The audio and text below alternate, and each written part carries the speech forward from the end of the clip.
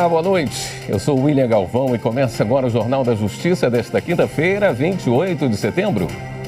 O Supremo Tribunal Federal tem novo presidente. Luiz Roberto Barroso tomou posse hoje em sessão solene. No discurso de posse, o ministro destacou a luta pela democracia, defendeu minorias e afirmou que vai intensificar o diálogo com os poderes e a sociedade. Esse é um dos destaques de hoje e você acompanha também nesta edição. Ministro Edson Fachin assume a vice-presidência do Supremo. Solenidade de posse no STF reúne autoridades dos 3 poderes da República. E ainda, a sessão plenária inaugural da primeira ministra negra do Tribunal Superior Eleitoral.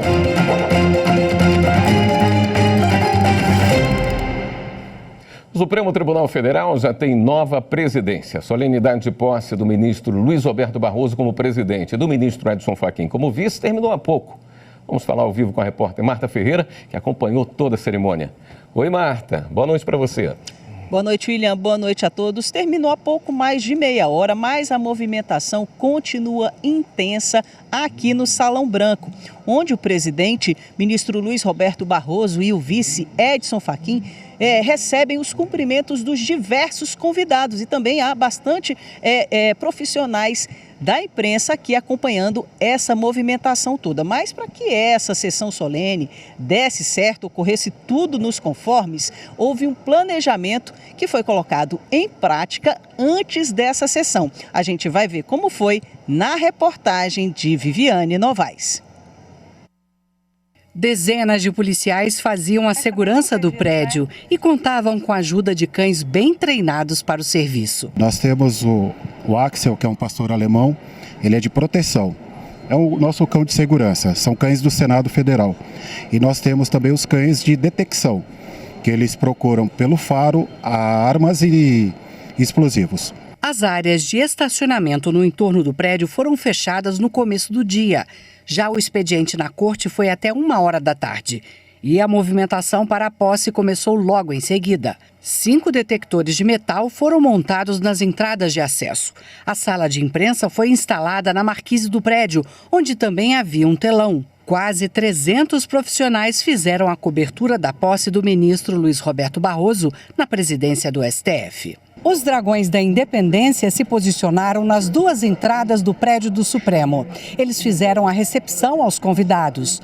Esta é uma tradição na posse de presidente, vice-presidente e ministros do STF. Para a cerimônia, 1.000 convidados confirmaram presença.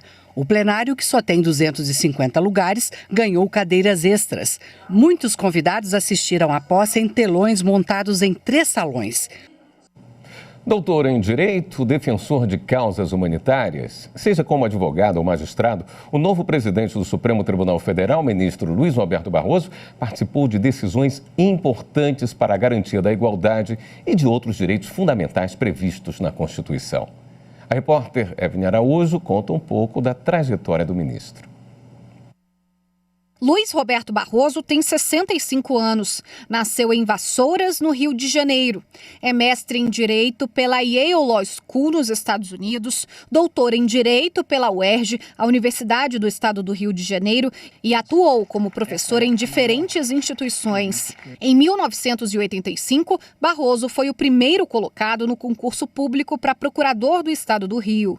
Considerado um dos principais advogados constitucionalistas do país, trabalhou de forma voluntária em casos importantes julgados no Supremo, como de pesquisas com células tronco-embrionárias e a interrupção da gravidez em casos de anencefalia. Ao iniciar a minha sustentação, o meu primeiro pensamento vai para as mulheres, para a condição feminina, que atravessou muitas gerações em busca de igualdade e em busca do reconhecimento dos seus direitos fundamentais. O direito de não ser propriedade do marido, o direito de se educar, o direito de votar e de ser votada, a liberdade sexual conquistada superando todos os preconceitos. E hoje, perante este tribunal, está em jogo uma questão decisiva, que é o dos seus direitos reprodutivos. Como advogado, também defendeu o reconhecimento da união estável homoafetiva, decisão que, em 2018, foi reconhecida como Patrimônio Documental da Humanidade pela Unesco. Esta é uma tarde de gala para esse tribunal, porque ela representa a possibilidade de uma virada histórica de superação de um preconceito, e o mundo nos contempla ansiosos com a decisão que será proferida por este tribunal. A indicação de Luiz Roberto Barroso para o Supremo Tribunal Federal ocorreu em 2013. Ele assumiu vaga deixada pelo ministro aposentado Carlos Aires Brito. Prometo bem e fielmente cumprir os deveres do cargo de ministro do Supremo Tribunal Federal em conformidade com a Constituição e as leis da República. No STF, entre os processos notórios, Barroso foi relator das execuções da Ação Penal 470, conhecida como Mensalão. Ele assumiu a relatoria do ministro Joaquim Barbosa, que pediu para deixar o caso. Um dos temas mais importantes relatados recentemente pelo ministro foi o piso da enfermagem. Em maio do ano passado, o ministro restabeleceu o piso salarial nacional para enfermeiros, técnicos de enfermagem, auxiliares de enfermagem e parteiras. A decisão liminar foi referendada pelo plenário da Corte. Ele também é responsável pela relatoria da ação que trata da invasão de terras indígenas e atendeu o pedido da União para agilizar a assistência à saúde dos povos originários durante a pandemia da Covid-19. É preciso lidar com a questão dos invasores e que é preciso fazer a desintrusão. Também na pandemia, em maio de 2020, auge do surto de coronavírus, Luiz Roberto Barroso assumiu a presidência do Tribunal Superior Eleitoral. A gestão dele à frente do TSE foi marcada pela defesa da participação feminina na política e pelo combate à desinformação e aos discursos de ódio. Acho que a modernidade faz a vida ficar extraordinariamente melhor. Mas ela vem com subprodutos também. Dois subprodutos que eu destacaria foi a onda de notícias fraudulentas, de fake news, e essa tribalização da vida, de pessoas que falam só para a sua tribo, para o seu nicho, para o seu grupo, e vão radicalizando o discurso, vão desenvolvendo um grau crescente de intolerância em relação aos outros, e uma linguagem, Deus, extremamente agressiva. Barroso conduziu ainda as eleições municipais daquele ano, garantindo que o pleito fosse realizado mesmo diante das restrições impostas pela Covid-19. Conseguimos que a população brasileira, que merece o máximo de reconhecimento, comparecesse às urnas adotando os requisitos de segurança, todos os protocolos de segurança que o Tribunal Superior Eleitoral enunciou com a ajuda de uma importante consultoria sanitária. Além disso, a eleição transcorreu no mais absoluto ambiente de tranquilidade, com, informou-me o delegado-geral da Polícia Federal, o menor número de ocorrências em todas as eleições havidas nos últimos anos. Como acadêmico, Luiz Roberto Barroso publicou uma série de livros, entre as obras Sem Data Vênia, um olhar sobre o Brasil e o mundo, A Judicialização da Vida e o Papel do Supremo Tribunal Federal e A Vida, o Direito e Algumas Ideias para o Brasil. A trajetória de Barroso na Suprema Corte pode ser consultada na pasta do ministro, disponível no portal do STF. Agora a gente mostra um pouco da trajetória do novo vice-presidente do STF, ministro Edson Fachin. Natural de Rondinha, interior do Rio Grande do Sul, Edson Fachin foi indicado ao Supremo Tribunal Federal pela ex-presidente Dilma Rousseff. Integrante da Suprema Corte desde junho de 2015, assumiu a vaga deixada pela aposentadoria do ministro Joaquim Barbosa. Declaro bem fielmente cumprir os deveres do encargo e da justiça. Em junho deste ano, Fachin completou 8 anos de atuação na Corte Maior. Nesse período, participou de julgamentos de repercussão nacional, marcou posição no combate à desinformação e à violência e em defesa da liberdade de expressão, dos direitos das minorias e do meio ambiente. Se aplica a teoria do marco temporal e não se verifica a presença indígena na data de 5 de outubro de 88 numa área específica considerada, não é suficiente apontar que aquela terra não seria indígena. Um caso emblemático sob a relatoria do ministro Edson Fachin em 2023 foi a condenação do ex-senador Fernando Collor de Mello por corrupção passiva e lavagem de dinheiro em ação penal relacionada à Lava Jato. Desde 2017, o ministro é relator de diversos processos vinculados à operação, que investiga crimes relacionados a desvios na Petrobras. Fachin atuou também em um caso que chocou o país: a morte do menino Henri Borel em março de 2021, no Rio de Janeiro. Naquele ano, o relator indeferiu a liminar que pedia o relaxamento da prisão preventiva de Monique Medeiros, mãe do menino, acusada de envolvimento no crime. Outro tema relevante contou com a participação do ministro Edson Fachin como relator. Em 2021, o STF decidiu que o crime de injúria racial configura uma forma de racismo e seria imprescritível. Há racismo no Brasil. É uma chaga infame que marca a interface entre o ontem e o amanhã. Antes de integrar a Suprema Corte, Edson Fachin foi advogado e procurador do Estado do Paraná. Também foi professor titular de Direito Civil da Universidade Federal do Paraná, onde se graduou em Direito em 1980. Tem mestrado e doutorado em Direito Civil pela Pontifícia Universidade Católica de São Paulo e pós-doutorado no Canadá. É autor de diversos livros. Edson Fachin ainda presidiu o Tribunal Superior Eleitoral. O Brasil merece mais.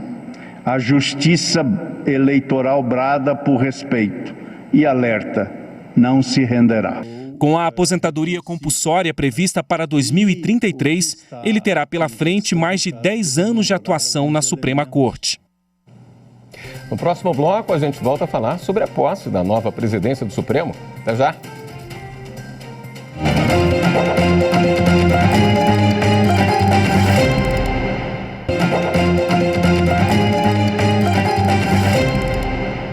A posse do ministro Luiz Roberto Barroso na presidência do ministro Edson Fachin na vice-presidência do Supremo Tribunal Federal reuniu as principais autoridades do país. Vamos voltar a falar sobre a posse. A gente chama mais uma vez ao vivo o repórter Marta Ferreira, que tem os detalhes da solenidade, que acabou agora há pouco, né? Marta? Pois é, William, é isso mesmo. Contou com diversas autoridades, entre elas o presidente da República, Luiz Inácio Lula da Silva. Essa sessão solene, ela durou pouco mais de 1h30 e ela segue um rito que ocorre toda vez que um presidente passa, o cargo para outro. Eu acompanhei a sessão e preparei uma reportagem que você confere agora com mais detalhes. A ministra Rosa Weber abriu a solenidade de posse. Declaro aberta a sessão solene destinada à posse do presidente e do vice-presidente do Supremo Tribunal Federal e do Conselho Nacional de Justiça. A cantora Maria Bethânia cantou o hino nacional. Ouviram do Ipiranga as margens plácidas de um povo heróico brado retumbante. Em seguida, o ministro Luiz Roberto Barroso leu o termo de compromisso para o cargo de presidente do STF e do Conselho Nacional de Justiça. Prometo bem e fielmente cumprir os deveres do cargo de presidente do Supremo Tribunal Federal e do Conselho Nacional de Justiça, em conformidade com a Constituição e as leis da República. O diretor-geral da Secretaria do Tribunal fez a leitura do termo de posse. Aos 28 dias do mês de setembro do ano de 2023, perante os senhores ministros do Supremo Tribunal Federal, reunidos em sessão solene, presidida pela senhora ministra Rosa Weber, presente a senhora Procuradora-Geral da República interina, doutora Eliseta Ramos, tomou posse Sua Excelência, o senhor ministro Luiz Roberto Barroso, nos cargos de presidente do Supremo Tribunal Federal e do Conselho Nacional de Justiça. Na sequência, houve a assinatura do termo de posse pela ministra Rosa Weber e pelo empossando ministro Luiz Roberto Barroso. Declaro empossado no cargo de presidente do Supremo Tribunal Federal e do Conselho Nacional de Justiça o eminente ministro Luiz Roberto Barroso. chegava o momento da troca de lugares. A partir daí, a solenidade foi conduzida pelo presidente da Corte. O ministro Edson Fachin foi chamado para ler o termo de compromisso. Prometo bem e fielmente cumprir os deveres do cargo de vice-presidente do Supremo Tribunal Federal e do Conselho Nacional de Justiça em conformidade com a Constituição e as leis da República. Depois foi lido o termo de posse pelo diretor-geral da Secretaria do Tribunal para o cargo de vice-presidente do STF e do CNJ. Tomou posse Sua Excelência, o senhor ministro Edson Fachin, nos cargos de vice-presidente do Supremo Tribunal Federal e do Conselho Nacional de Justiça, para os quais foi eleito em sessão de 9 de agosto de 2023, para o biênio 2023 a 2025. Houve a declaração de empossado no cargo de vice-presidente do STF e do CNJ pelo presidente Luiz Roberto Barroso. Com muita alegria, declaro empossado no cargo de vice-presidente do Supremo Tribunal Federal e do Conselho Nacional de Justiça, o eminente e muito querido ministro Luiz Edson Fachin. Os dois se cumprimentaram e o ministro Edson Fachin retornou ao seu lugar anteriormente ocupado na bancada. Decano do tribunal, o ministro Gilmar Mendes relembrou os ataques do dia 8 de janeiro. Por tudo isso que se viu e se viveu, a presente cerimônia simboliza mais do que a continuidade de uma linhagem sucessória institucional. Ela assume um colorido novo. Ministro Roberto Barroso, a posse de Vossa Excelência na presidência deste tribunal torna palpável a certeza de que, sim, o Supremo Tribunal Federal sobreviveu. A subprocuradora-geral Eliseta Ramos, que assumiu de maneira provisória a função de Procuradora-Geral da República, também fez um pronunciamento. Conte com uma atuação socialmente efetiva do Ministério Público, que se traduz no combate a crimes que extraem recursos que deveriam se destinar à educação, saúde e segurança, que se traduz na fiscalização de leis que efetivamente promovam equidade de gênero nas relações políticas e trabalhistas, que se traduz na defesa das minorias, dos povos indígenas, do meio ambiente sustentável. Em seguida, falou o presidente da OAB, Alberto Simonetti, pelo Conselho Federal da Ordem dos Advogados do Brasil. Esta é a hora da concepção de agendas que priorizam o desenvolvimento humano, econômico e social. É a hora de agendas que favoreçam a criação de empregos, a geração de renda, a redução das desigualdades. Pois é, e no fim dessa sessão solene, o presidente do Supremo, ministro Luiz Roberto Barroso, fez um discurso que ele separou e dividiu em 3 partes. A primeira parte foi dedicada aos agradecimentos a todos que, de alguma forma, contribuíram para ele chegar na presidência da mais alta corte do país. Mas ele fez questão de um agradecimento em especial à ministra Rosa Weber. Vamos ver. E em um dos momentos mais dramáticos de nossa história, liderou a reconstrução desse plenário em 21 dias, de modo a que estivesse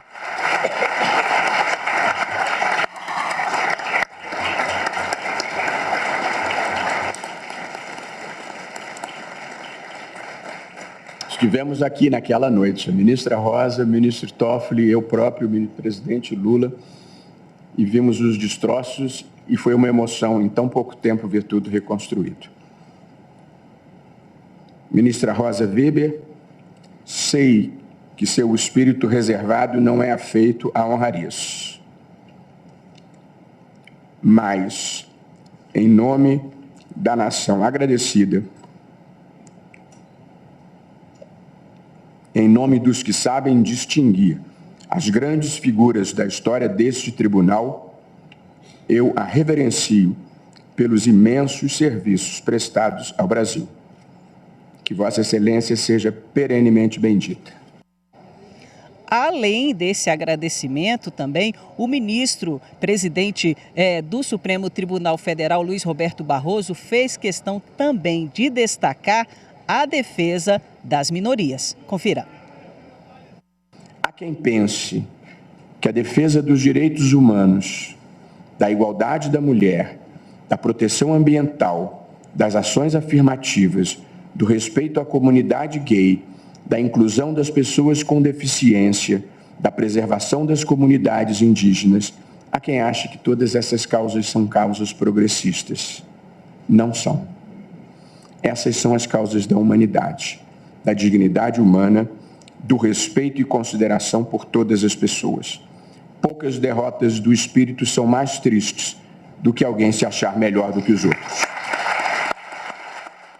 Pois é, outro ponto que merece destaque é que o presidente do Supremo Tribunal Federal, ministro Luiz Roberto Barroso, destacou que antes de ser presidente do Supremo, de ser ministro da mais alta corte do país, ele é um servidor público, um servidor da Constituição. Confira aí. Pretendo atuar à frente do Supremo Tribunal Federal e do Poder Judiciário brasileiro da forma como acho que a vida deve ser vivida, com valores, com empatia, com bom humor sempre que possível e, sobretudo, com humildade. Assumo a presidência do Supremo Tribunal Federal e do Conselho Nacional de Justiça sem esquecer que sou, antes de tudo, um servidor público, um servidor da Constituição, que eu possa ser abençoado para cumprir bem essa missão. Muito obrigado. E, por fim, destacou o papel do Poder Judiciário em defesa da democracia. Vamos ver? As instituições venceram, tendo ao seu lado a presença indispensável da sociedade civil, da imprensa e do Congresso Nacional. E justiça seja feita. Na hora decisiva, as Forças Armadas não sucumbiram ao golpismo. E hoje também foi um dia marcante no Tribunal Superior Eleitoral. Isso porque foi a sessão inaugural da primeira-ministra negra da Corte, Edilene Lobo. A repórter Mariana Fabre acompanhou.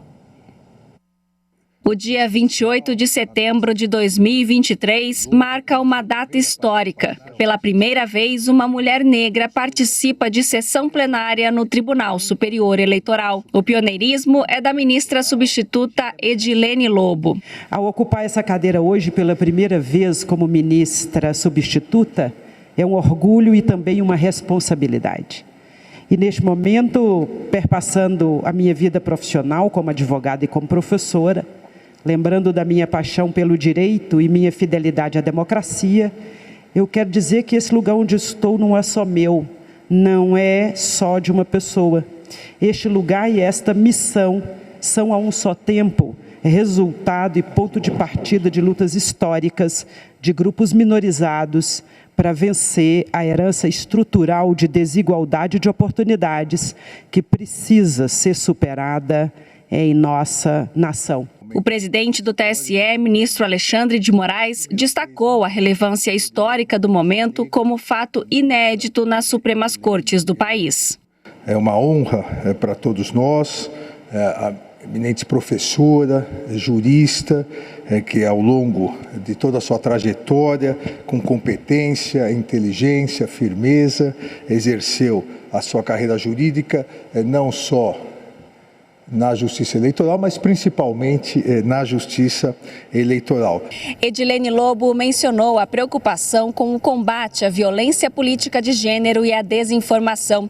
Em seu discurso, a ministra relembrou as recentes decisões do Conselho Nacional de Justiça voltadas à paridade de gênero na composição de tribunais e ressaltou a necessidade de um olhar sensibilizado do Poder Judiciário brasileiro para as questões de gênero e raça. Nesse sentido de esforço e comprometimento coletivos para que eu esteja neste espaço de ministra do TSE na data de hoje, eu quero agradecer a todas as pessoas que colaboraram nessa conjunção de energias, me lembrando das pequeninas meninas negras de minha infância, na minha querida Taiobeiras. É de lá que eu trago o sonho de que podemos mais. O povo pobre, que resiste há século e luta pelo resgate de sua história, esperançando, senta-se comigo nesta cadeira. As turmas do mestrado profissional em Direito e Poder Judiciário, promovido pela Escola Nacional de Formação e Aperfeiçoamento de Magistrados, se formaram nesta semana. O repórter Rafael Porfírio traz os detalhes da cerimônia.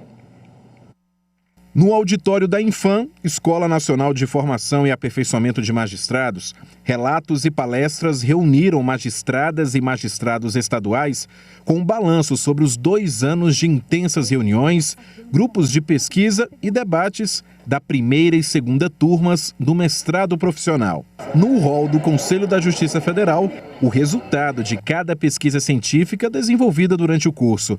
Livros para alcançar um público mais amplo do que a magistratura, segundo a coordenadora do mestrado profissional, a desembargadora Thaís Schilling Ferraz. Toda a nossa pegada é uma pegada para a prática. Então, assim, tem a teoria, mas a teoria sempre vem acompanhada de alguma proposta de intervenção sobre a realidade. Em cada obra, uma pesquisa.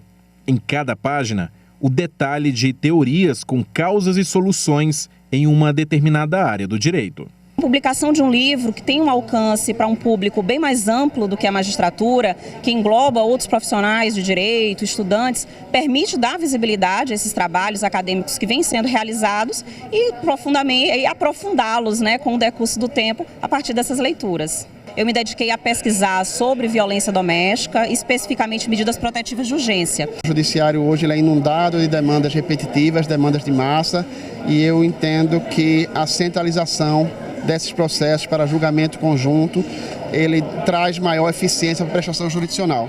Então, já entrei com esse pensamento, foi feita uma pesquisa empírica, foi feito estudos de caso. Quando as pessoas são presas e levadas à audiência de custódia, quando elas ganham liberdade, são encaminhadas a práticas restaurativas. E aí, então, esse foi meu tema de pesquisa na Infam. Eu entrevistei pessoas que passaram por esse projeto e também a equipe multidisciplinar, as profissionais que executam. E aí, os resultados estão aqui no livro. Após as conversas sobre as experiências de estudos e a foto do último dia de curso, o momento mais esperado, a formatura. O evento contou com a presença do diretor do Centro de Estudos Judiciários do Conselho da Justiça Federal, ministro Og Fernandes. O diretor-geral da Infam, ministro Mauro Campbell Marques, fez o discurso de abertura. Sem aprimoramento técnico constante, não há como pensar um futuro melhor. E entregou o diploma de mestrado para os 27 dos 31 magistrados presentes na cerimônia. O juiz é um servidor público e o que a sociedade quer dele é que ele produza cada vez melhor, mais qualificadamente e, sobretudo, amparado por uma estrutura mínima de norte a sul do Brasil. E, por isso, os temas todos lançados aqui vão fazer com que a replicação desses temas alcance todos os rincões da magistratura nacional. O desembargador Samuel Meira Brasil Júnior chamou a atenção para os avanços alcançados pela segunda turma. O projeto final inclui algum trabalho de intervenção e de impacto nas unidades judiciais, na própria unidade judicial, no próprio tribunal e em âmbito nacional. A transformação é real, o impacto é real. O secretário-geral da Infam, Cássio André Borges dos Santos, agradeceu os professores e os alunos que fizeram o mestrado acontecer. A escola vai continuar. E vai continuar por quê? Porque a magistratura precisa estudar e a escola é de onde se irradia a coordenação desse estudo da magistratura brasileira. Os oradores da turma, juíza Jurema Carolina da Silveira Gomes e juiz Tiago Tristão Lima, lembraram que o curso proporcionou muito mais que conhecimento técnico. A cerimônia foi encerrada pela juíza Sulamita Bezerra Pacheco de Carvalho, que ficou encarregada de saudar a professora homenageada. Sulamita leu um cordel dedicado à professora Schilling Ferraz. Professora, com louvor, é um farol na jornada do conhecimento transformador.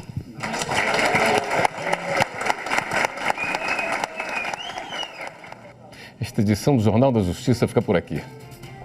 Uma excelente noite para você. Até amanhã.